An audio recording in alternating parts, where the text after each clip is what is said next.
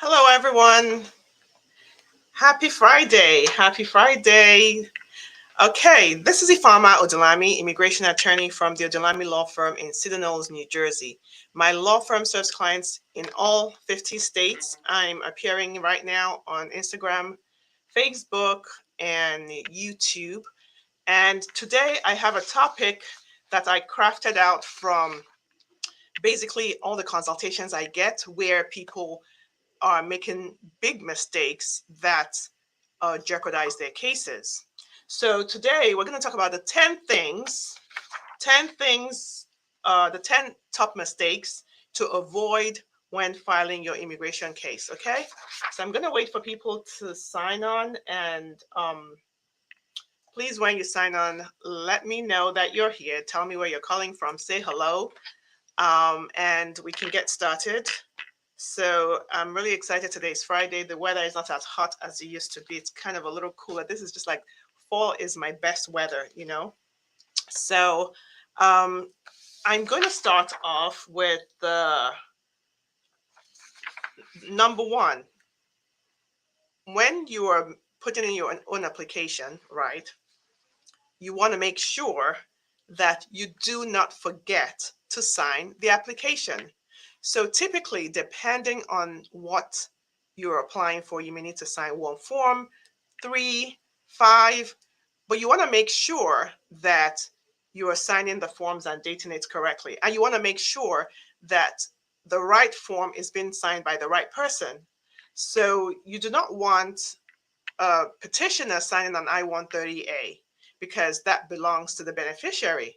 You want a petitioner signing the I-130, right? You want the petitioner in an immediate relative petition signing the I-864. You want the sponsors to sign the I-864.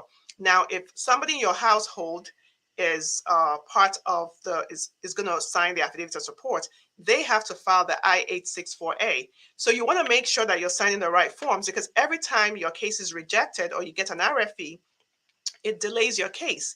And the delay in with immigration has gotten to an astronomical high. So basically, you want to avoid that. And so I'm going to skip to this mistake that people make that really, really makes it difficult for any attorney who's taking over their case, right? Or somebody else who's taking over their case. Sometimes people file on their own. Sometimes they get a notario. A notario is somebody who is not an attorney, but sometimes they hold themselves out to be attorneys. A lot of my clients tell me that they didn't realize the person wasn't an attorney until much later. So whatever anyone files for you, you must get a copy of it. You must get a copy of whatever documents you have submitted to USCIS. And even if it's another attorney that files for you, you should request a copy of it. Whenever we file documents for clients, we give them a copy. They first of all review everything to make sure it's accurate. And when we send it out, we send it to them, and we give them a tracking number. So at the very least, you need to get a copy. And why do you need to have a copy of what you've submitted? Because if somebody else were to take over your case, they need to know what happened in that submission. And sometimes our clients can't explain what happened because they're not lawyers. But when we review the forms and review all the documents, we have a good idea of what happened. Of course, we can file something called a FOIA, Freedom of Information Act. But sometimes USCIS will redact information.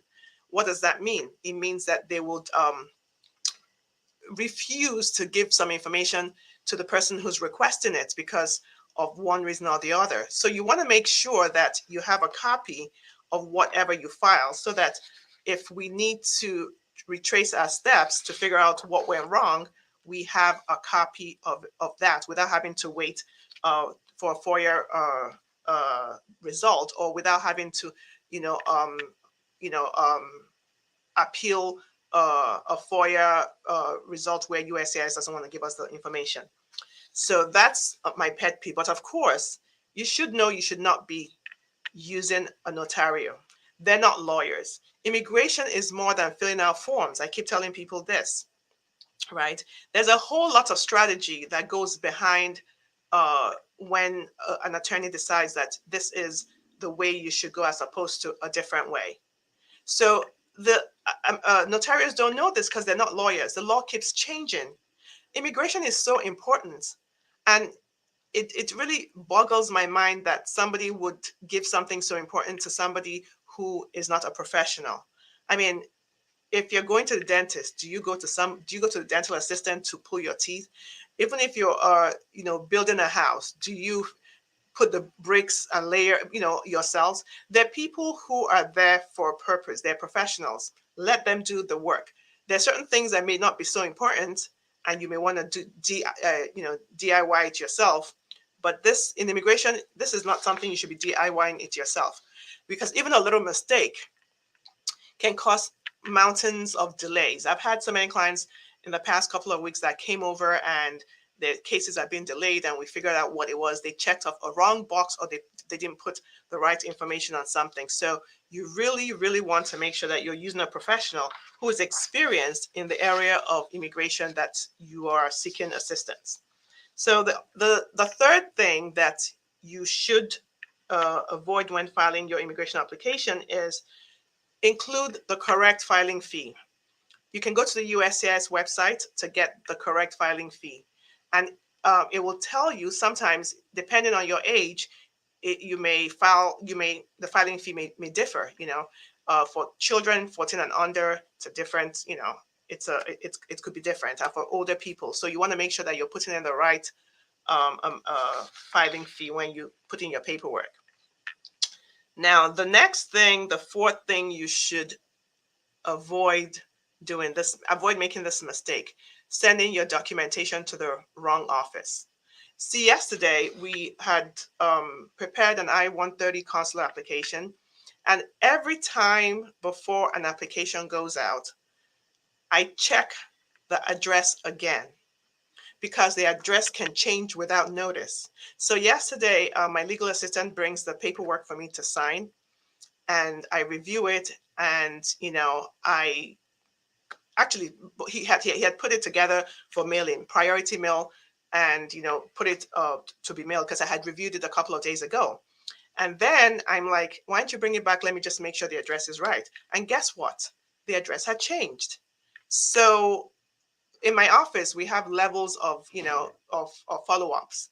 The paralegal checks when the document is completed to make sure it's going to the right address. When I'm doing the review, I check to make sure it's going to the right address. When the legal assistant is putting it together for it to go out, he has to check again.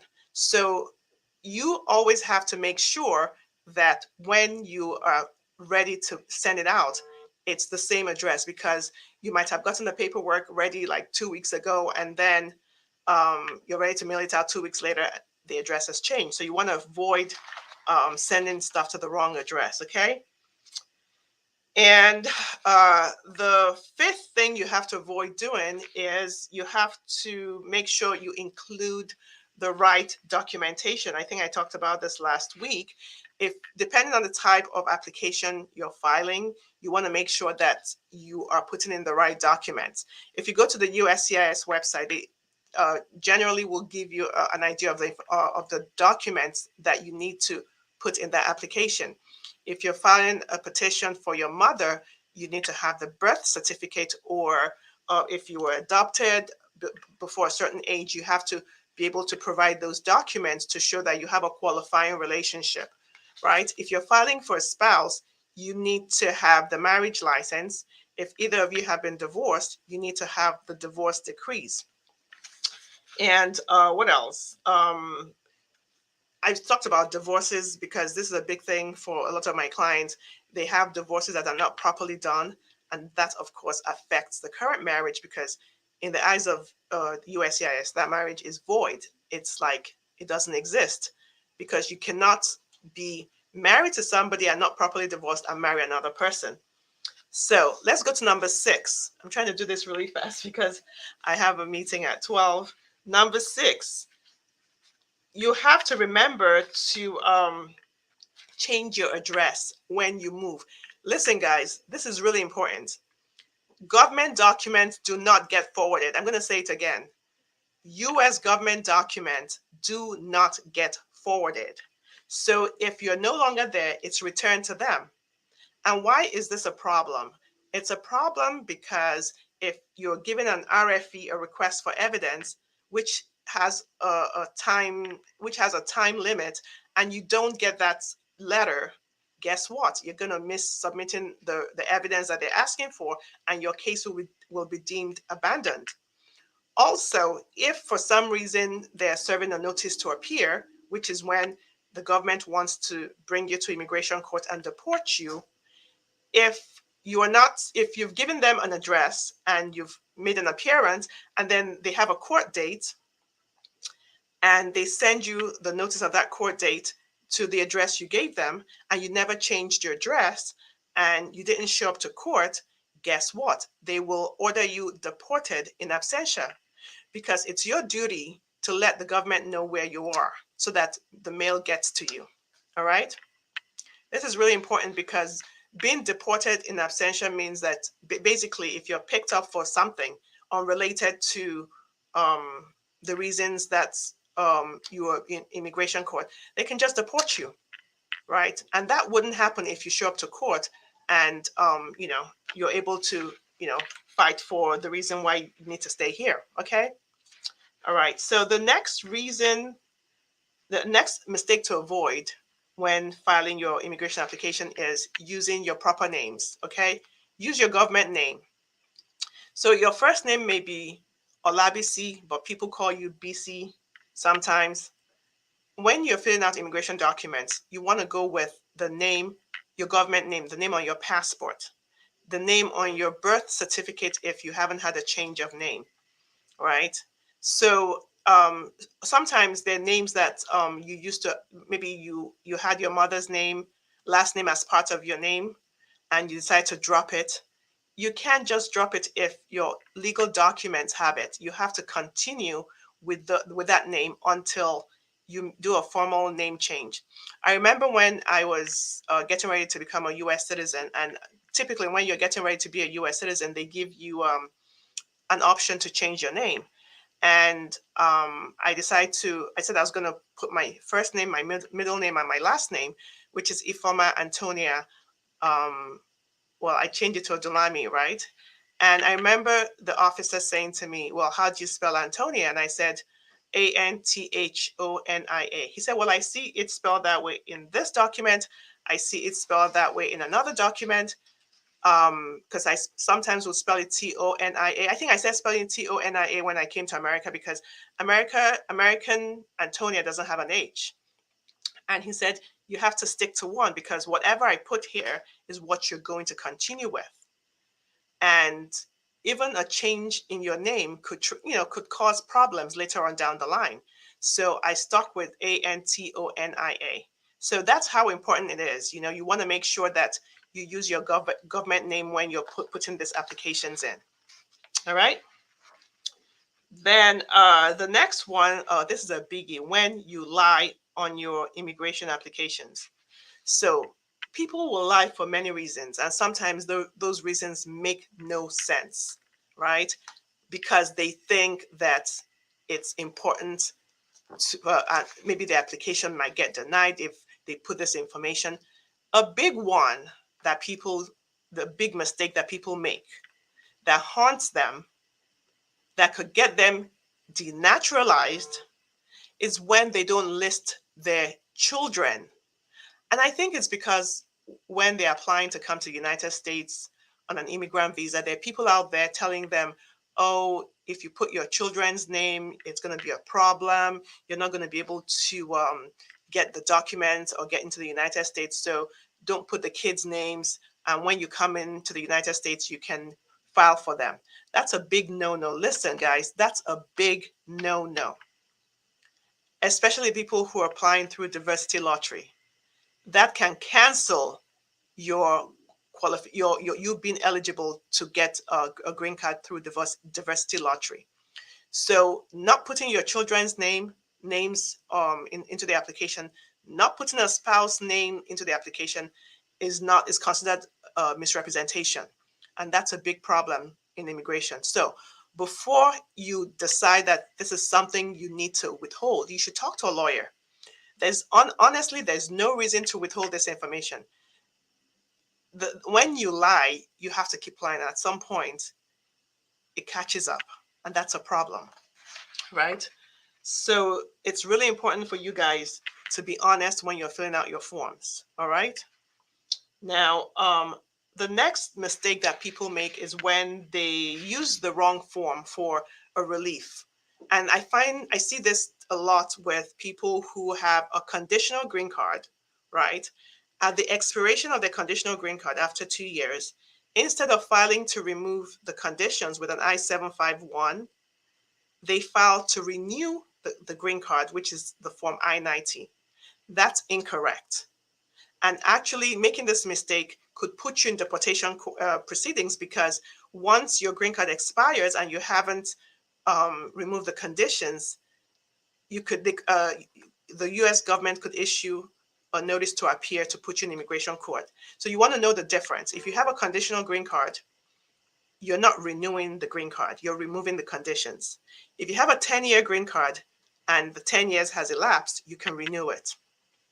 So moving right along, I think the 10th mistake you should not make is not hiring an attorney when you are putting in your application. I cannot tell you how many people come into my office thinking that they qualify for something, but I find out that they qualify for something better, which will get them the green card quicker, which is more likely to get them the green card, right? So you always want to talk to a lawyer, do the consultation, fill out the lawyer, see if you feel she has a good, he or she has a good grasp of the relief you're seeking, right? And talk to them about what's going on in your life, because you just never know. I mean, sometimes we're able to qualify people for a T visa, which is a trafficking visa based on people who have been trafficked through labor, through sex. And you'd be surprised the people that qualify for a T visa or for a U visa or for VAWA or for SJIS. These are all humanitarian visas that you may not think you qualify for, which might be easier than trying to file the application through a spouse.